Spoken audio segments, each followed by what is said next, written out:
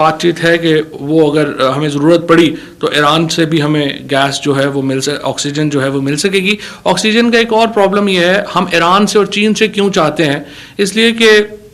Oxygen airlift नहीं हो सकती, ये या बाय रोड आएगी या बाय शिप आएगी, क्योंकि जो हवाई जहाज़ है उसमें ऑक्सीजन जो है उसको ट्रांसपोर्ट नहीं किया जाता। लिहाजा चीन से और ईरान से ही हमें ऑक्सीजन जो है वो दरामद करनी पड़ेगी। लेकिन फ़िलहाल मैं आपको ये बताऊं कि हमारा जो इक़दाम हैं 1 साल के, उसके नतीजे में पाकिस्तान में क्राइसिस तो ज़रूर है लेकिन अभी पैनिक नहीं है। हमें एक बिल्कुल पैनिक की सिचुएशन जो है वो नहीं है, लेकिन जाहिर है कि ये जो इस वक्त सिचुएशन जिस तरीके से जा रही है और अगर आगे ये कम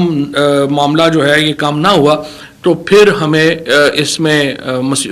मसाइल भी दरपेश आएंगे और हमारी मुसीबतें भी बढ़ेंगी। मर्दान में कल से मुकम्मल लॉकडाउन जो खैबर पख्तूनख्वा की हुकूमत है उसने इम्पोज कर दिया है, क्योंकि वहाँ पर कोविड की शरह 40% के करीब पहुंच गई है और इर्द गिर्द के जो तमाम शहर हैं उनको शदीद ख़तरात लाहक हैं। तो खैबर पख्तूनख्वा हुकूमत ने कल मर्दान में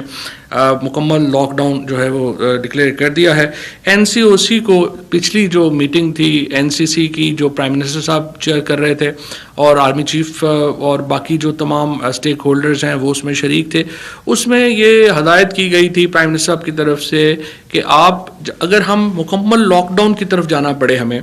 तो फिर हमें एक पूरी प्रिपरेशन करनी पड़ेगी कि सप्लाईज मुतासर ना हो। एसेंशियल्स की जो सप्लाईज़ हैं, जो ज़रूरी अशिया हैं, उनकी सप्लाईज जो हैं वो मुतासर ना हो। लिहाजा जो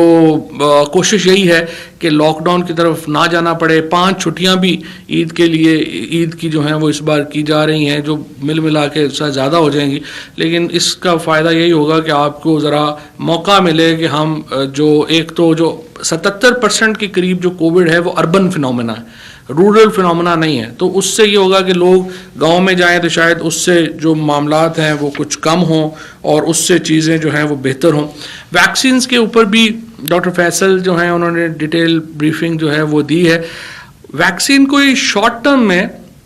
कोई मामलात को बड़ा हल नहीं कर सकता, क्योंकि इसके लिए कम से कम अगर आपने करोड़ों लोगों को अगर वैक्सीन लगानी है तो उसके लिए एक मुद्दत चाहिए, फिर वो वैक्सीन का एक असर आते हुए भी कुछ जो है वो महीने चाहिए। तो ये नहीं है कि वैक्सीन आप कल शुरू कर देंगे तो उसका बड़ा हमें असर हो जाएगा। हमारा मसला तो ये है कि इस हफ्ते में कैसे कम हो, अगले 10 दिनों में कैसे कम हो। और वैक्सीन जाहिर है कि एक जो है वो तवील प्रोसेस का मामला है। अभी तक तकरीबन 20 लाख लोग पाकिस्तान में वैक्सीन जो है वो लगवा चुके हैं। दुनिया में वैसे वैक्सीन लगवाने वालों की तादाद 1 अरब के लगभग हो गई है। तो मैं उन लोगों से जो थोड़े सारे रिलक्टेंट हैं वैक्सीन लगवाने में, उनको मैं बताना चाहता हूँ कि दुनिया में अगर 1 अरब लोगों ने वैक्सीन लगवाई है और उन्हें कुछ खास नहीं हुआ, मासवाए बहुत चंद केसेस के जहाँ पर वजूहात से, वैक्सीन से ज़्यादा और वजूहात से लोगों को कोई जो है वो तकलीफ हुई है, तो फिर आपको भी कोई तकलीफ नहीं होगी। अगर 1 अरब लोग लगवा चुके हैं तो इसको जो है अब आप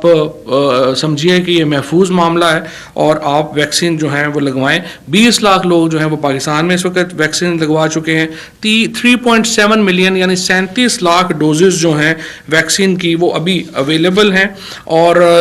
इंशाल्लाह ताला अब ये 40 और इससे ज़्यादा उम्र के जो लोग हैं उनको भी जो वैक्सीन है वो हमने जो है वो शुरू कर दी है इंशाल्लाह, और उसके मुताबिक ही मामला जो है वो आगे जाएगा।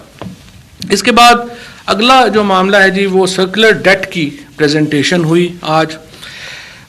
सर्कुलर डेट जो है उसका जो एक बुनियादी मामला है वो ये है कि हमारे यहाँ जो पिछली हुकूमत थी जो नवाज शरीफ साहब की, उन्होंने क्या किया है कि 50% जो एक्सेस इलेक्ट्रिसिटी जो है वो पैदा की, 40 से 50% बिजली जिसकी हमें ज़रूरत नहीं थी, उन्होंने एक ऐसी फिगर के ऊपर जो है वो लगा दिया। अब उसके कई वजूहात थी, जाहिर है कि सारी माशाल्लाह शरीफ फैमिली खुद ही जो है वो पावर प्लांट्स लगाने में मसरूफ़ थी, तो उन्होंने कहा इतने लगा दो कि कम से कम पाकिस्तान की ज़रूरत को तो बाद में देख लेंगे, हमारी सारी ज़रूरतें पूरी हो जाएं। तो अनफॉर्चुनेटली उन्होंने 40 से 50% ज़्यादा जो है वो बिजली की कैपेसिटी जो है वो उससे लगाई। इससे क्या हुआ कि हमारी जो लाजमी अदायगी यानी जो आप कहिए कि कैपेसिटी चार्जेस हैं वो 450 अरब से बढ़ कर के अब इस साल 900 अरब के ऊपर चले गए हैं। यानी 900 अरब रुपया हमने बिजली की मद में कंपनियों को देना ही देना है, चाहे हम वो इस्तेमाल करें या ना करें। और मैं आपको ये भी बता दूं यहाँ पे कि 2023 में जब इलेक्शन का ईयर होगा तो ये बिजली की जो कैपेसिटी चार्जेस हैं ये बढ़कर 1500 अरब रुपए हो चुके होंगे। यानी अगर हमें बिजली हम इस्तेमाल करें या ना करें, हमें ज़रूरत है नहीं है, हमने 1500 अरब रुपया बिजली की मद में जो है वो देने होंगे। इसकी वजह से जो बिजली के नर्ख हैं जो 11 रुपये 75 पैसे थे उससे बढ़कर अब तक जो है वो 16 रुपये 44 पैसे जो है वो ये 40% इजाफा असूली तौर के ऊपर देखिए 11 रुपये 75 पैसे से बढ़ करके हमें तकरीबन ये बिजली जो है वो 22-23 रुपये में जो है वो पड़ती है। अगर आप कैपेसिटी चार्जेस देखें जो डबल हो गए तो बिजली की कीमत में आपको 22-23 रुपये इजाफा करना था, लेकिन 22-23 रुपये आप अगर इजाफा कर देंगे तो आपकी तो सारी इंडस्ट्री बैठ जाएगी। तो इसलिए वज़ीर आज़म साहब बार बार इस बात के ऊपर जो है वो ज़ोर दे रहे हैं और हमारी जो इस वक्त पावर मिनिस्ट्री है और जो फाइनेंस मिनिस्ट्री है उनको दोबारा वज़ीर आज़म साहब ने यह हिदायत की है कि कुछ इस किस्म की आप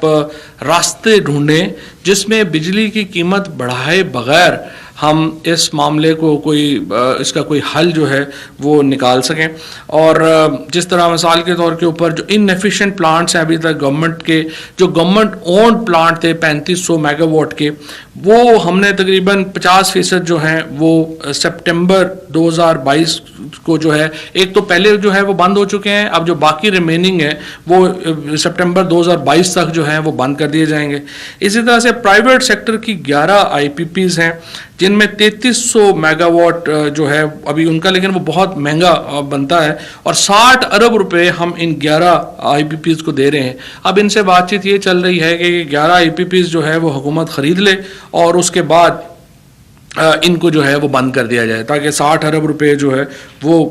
हमें जो देने पड़ रहे हैं वो ना देने पड़े। इसमें जो लाइन लॉसेस और टेक्निकल लॉसेस हैं वो 2018 में 18.3% थे जो कम हुए के 17.8% पे आ गए हैं, ज़्यादा कम नहीं हुए। लेकिन उसमें यह है कि आप देखें कि बिजली की कीमत बढ़ने के बावजूद अगर वो कम हुए हैं तो जाहिर है कि ये उनकी एक बड़ी अच्छी कारकर्दगी है और इससे रिकवरी रेशो जो है वो भी उनकी जो है वो बेहतर हुई है। अब जो प्राइम मिनिस्टर साहब का अगला जो डायरेक्शन है वो ये है कि जो पावर मिनिस्ट्री और फाइनेंस मिनिस्ट्री आपस में मिलकर बैठेंगे और वो इसको देखेंगे कि किस तरीके से वो इसको जो है वो आगे लेकर के चलते हैं। इसी तरीके से जो PIA का एक मामला है, PIA का जो लॉस था वो 57 अरब रुपए सालाने से कम होकर के ऑपरेशनल लॉस जो है वो 1 अरब रुपए के ऊपर आ गया है, जो ज़ाहिर है कि एक बड़ी कामयाबी है मौजूदा मैनेजमेंट की। लेकिन असल प्रॉब्लम जो है वो PIA का वो लोन है जो दोबारा तकरीबन 460 अरब रुपए का ओवरऑल खसारा है PIA को। और इस वक्त भी जो रेशो है PIA की जो इस वक्त जो चल रही है वो बहुत ज़्यादा है एयरक्राफ्ट टू, तकरीबन 450 के करीब लोग जो हैं वो पर एयरक्राफ्ट ह्यूमन रिसोर्स है PIA का जो दुनिया में सबसे ज़्यादा। अब इतनी ज़्यादा ये भर्तियाँ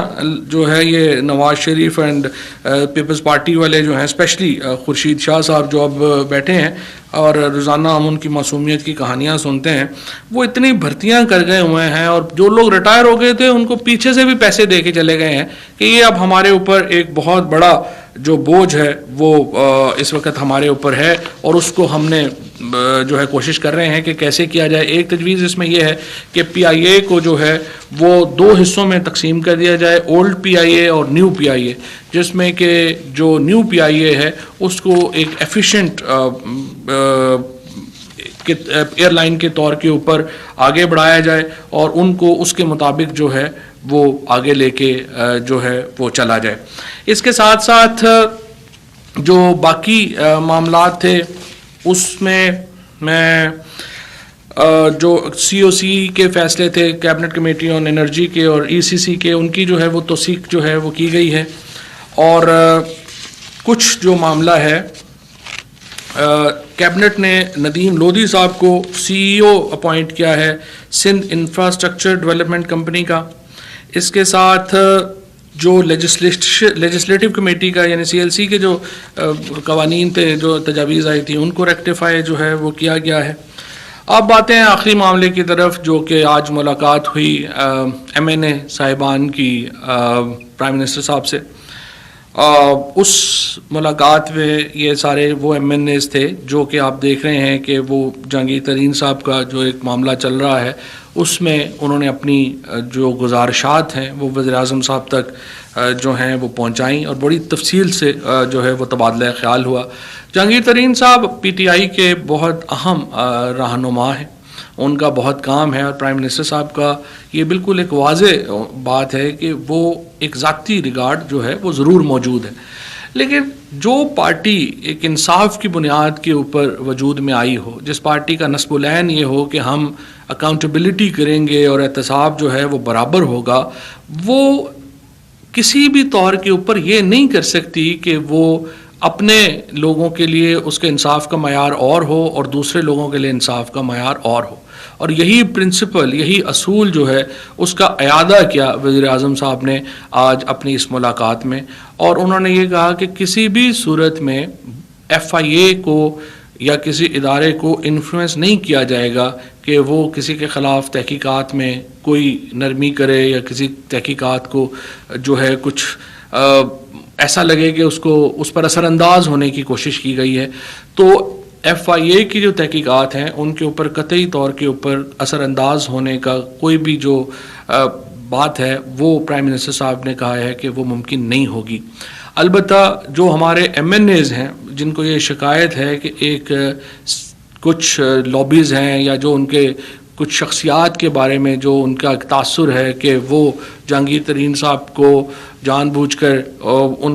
उनको मिलाइन करना चाहते हैं या उनके ख्याल में ये केसेस उस तरह से बनाए गए हैं, उस तासुर के लिए, उस हिस्से के लिए कि ये एक सियासी तौर के ऊपर कोई मोटिवेटेड केस है या सियासी तौर के ऊपर कोई मामला है, उसके लिए वज़ीर-ए-आज़म साहब ने, जो सेनेटर अली ज़फ़र हैं हमारी पार्टी के और बहुत अहम हमारे रहनुमा भी हैं, उनको ये नामज़द किया है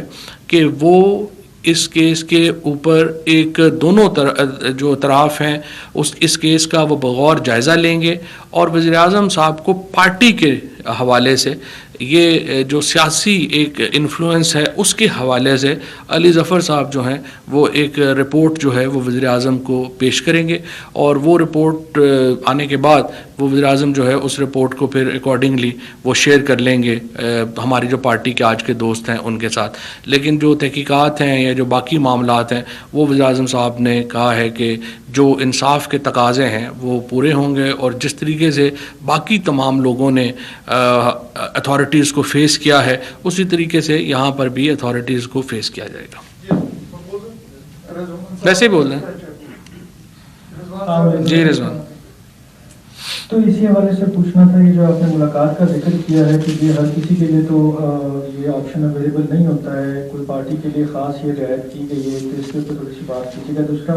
कल शिबली साहब ने ऑप्शन अवेलेबल नहीं होता है, कोई पार्टी के लिए ख़ास ये रियायत की गई है, तो इसके ऊपर थोड़ी सी बात कीजिएगा। दूसरा, कल शिबली साहब ने वेंटिलेटर्स के हवाले से एक बयान जारी किया है कि वो पूरा नहीं निपटता, उस मेयार का काबिल इस्तेमाल शायद नहीं है। इस पर थोड़ा सा आपकी राय जानना चाहूँगा कि वो क्या मामला है, और ऑक्सीजन के हवाले से आपने जो फिगर्स दिए हैं वो काइंडली रिपीट करते हैं ताकि वो आसानी हो जाएगा। जी, सबसे पहले मैं आपको जो ऑक्सीजन की फिगर्स रिपीट कर देता हूँ। जून 2020 में हम 484 metric ton a day produce कर रहे थे, अब 792 मैट्रिक टन प्रोड्यूस कर रहे हैं, यानी 308 मैट्रिक टन जो है वो हम ज़्यादा अब ऑक्सीजन जो है वो प्रोड्यूस कर रहे हैं मुल्क में। और दूसरी बात जो आपने कही है वेंटिलेटर्स के ऊपर, देखिए मेरा ये ख्याल है कि अभी तक शिबली फराज साहब जो हैं वो पूरी प्रेजेंटेशन शायद उनको ना हुई हों, क्योंकि कोई भी जो वेंटिलेटर है, अगर आप श्रीलंका को 100 वेंटिलेटर भेज रहे हैं या इराक़ को 300 भेज रहे हैं या म्यू हॉस्पिटल में आपके लगे हुए हैं, तो जाहिर है कि वो सर्टिफिकेशंस के बग़ैर तो नहीं लग सकते। तो तमाम जो सर्टिफिकेशंस हैं और बड़ा विग्रस और बड़ा एक तवील इसमें